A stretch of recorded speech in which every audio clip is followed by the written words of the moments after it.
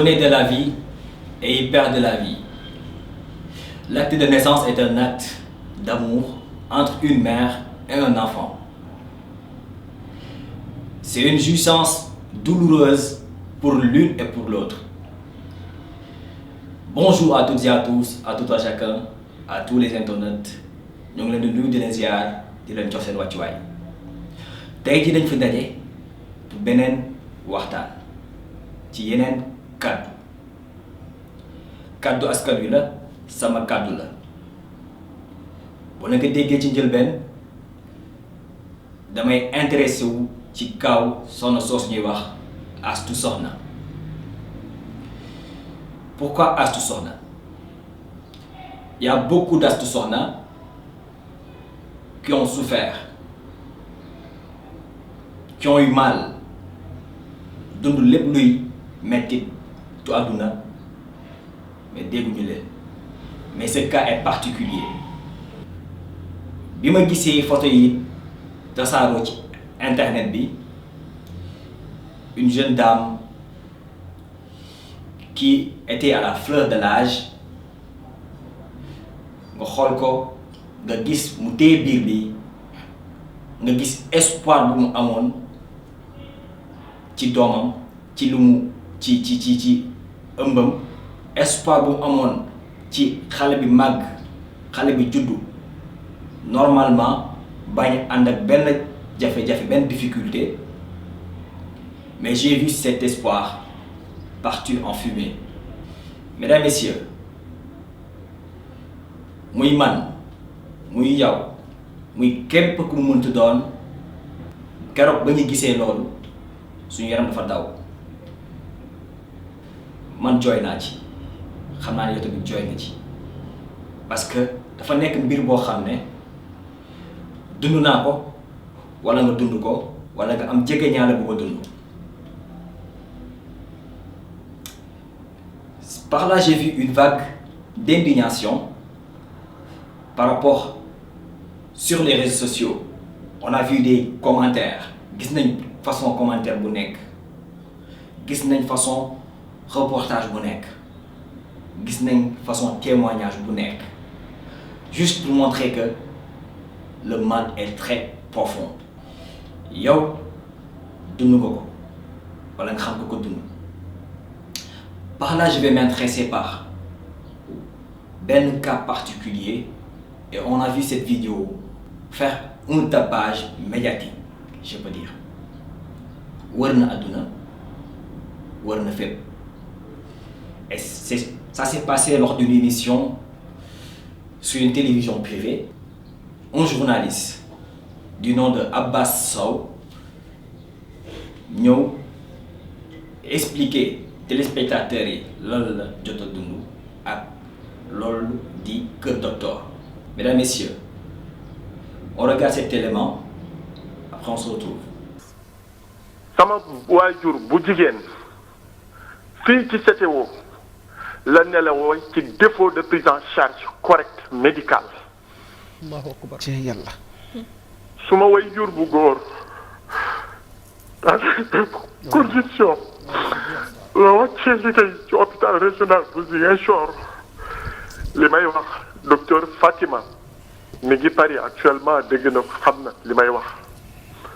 Pour vous dire que les gens meurent en silence dans nos hôpitaux de manière injuste, illégale, anormale. Comment tu peux comprendre que permanence nuit amul ci benn hôpital bu Sénégal bu benn professeur di fanaan? Tous les médecins ñu ngi ci clinique privée yi. Et ça, c'est le regret que j'ai pour le Sénégal que nous voulons rêver. Que le Sénégal que nous rêvons, quand le service public ne peut plus assurer le minimum pour les concitoyens. On a énormément de concitoyens yoo xam ne service public mënatul leen dara si ñoom. Du seen jàng. Massa grand massa. Du seen école. Du alimentation bu baax. Du service de santé bu baax. tey jii lépp loo bëgg ci lu baax da nga naan nañ leen dem ci privé bi. C'est pas normal.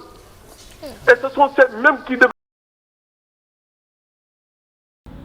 J'ai le cœur meurtri bi ma déggee Abbas Sow, un journaliste de la télévision nationale, mais on a vu dans cette vidéo qu'il a vraiment souffert.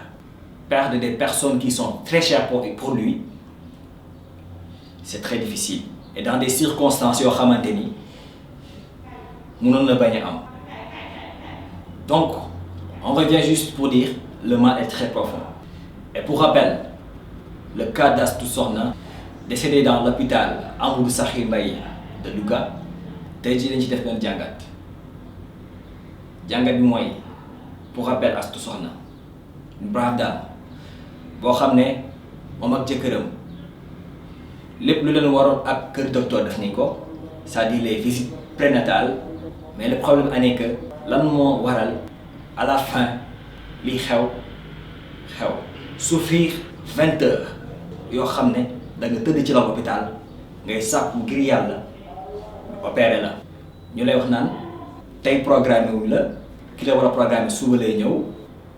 am na ñenn ñu naan bi nga ko doon def dafa neex bu ñu sonal, juste pour dire que question de tàmm la mentalité la, parce que loo tàmm sa kër moom nga yóbbu sa bërëbu liggéeykaay. Il y a beaucoup de choses qu'on ignore et je ne vais pas pointer du doigt maanaam kër docteur. Wolof nee na ku ñëpp tuf li nga tooy te kaw Astou Sokhna bi ñëpp man koo wax benn mbir moo di négligence. La négligence boo xam ne dañ ko gis ci kër docteur ñoo ngi di sage-femme yi déjà, mis à part la négligence des patients aussi am na loo xam ne on peut dire c'est une sorte d'arrogance. Du sama kàddu askan wi la. Arrogance nit a ngi jóge àll bërëb ñëw pour sàkku ndimbal ngir nga teggi ko loolu di méttitam, la moindre des choses bu ñëwee da nga war a dalal. Mais on a vu dans cette affaire que Astou Sokhna a vraiment souffert. De 9h à 5h du matin, zéro prise en charge, le double perfusion la ko defal, loolu tamit ay baat yoo xamante ni ci kawam baat yoo xam ne mënoon na ñàkk. Et par là je vais dire une chose, nos hôpitaux sont malades, suñu ay hôpital sont à la merci de nos docteurs qui sont censés nous protéger. Imagine-toi yow mi docteur nga juddoo ci réew mi tekkee ci réew mi nga dem liggéey ci fonction publique ba pare ber sa daara créer sa yëfu bopp bañu lu ma la ko waaye dafa am lu jiitu moo di mooy lan la sécurité nationale de tout un chacun.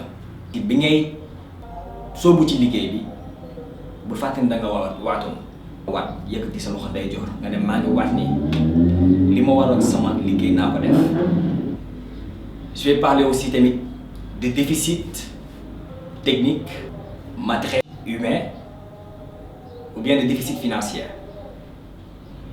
Tey jii notre plateau médical souffre vraiment parce que lii ci ay matériels yu ñu war a am des na, bloc opératoire yi des na, lits d'hôpitaux yi tamit waxi noppi des na. te balaa nga ci xam dara il faut pas rester à Dakar, il faut aller, je ne vais pas dire au fin fond du Sénégal, mais demande juste rek à 50 km ou bien 45 km de Dakar maanaam yenn village yu nekk aux environs de Diass par exemple ay case de santé la ñu am. boo duggee ci case de santé yi amul sax benn prise en charge boo xam ne minimum nit ki war na ko am. nit ki bu bëggee faju mu nekk ci tolof soit nga yóbbu ko hôpital yu Diamniadio wala nga yóbbu ko feneen fu gën a sori. Exemple Diass rek laa la jox te ñu ne Diass mooy on peut dire le futur parce que le pire mooy boo demee au fin fond du Sénégal là les personnes souffrent vraiment. Tey jii le moyen logistique boo xam ne dañ ko war a déployer pour nit ki bu waree mat problème la foo koy teg ci sareet bu yeggee hôpital wala case de santé mbir yi tamit y a un déficit total donc pour dire juste que le mal est très profond ñu demaat ci maanaam déficit humain personnel boo jëlee nit koo xam ne da nga ko jël dénk sa kaaraange sa wér-gu-yaram da nga ko war a mettre dans de très bonnes conditions tey jii suñu ay nos personnels de santé en global boo xoolee ils sont pas dans de très bonnes conditions et ça s'explique peut-être ils ont pas mis les personnes à la place qu'il faut c'est sensible et vraiment c'est à déplorer loo xam ne warul. Amis chers internautes ñoo ngi leen di jaajëfal bu baax ci déglu bi di leen jaajëfal di leen jox di daje très prochainement ci yeneen mbir ci GGS TV.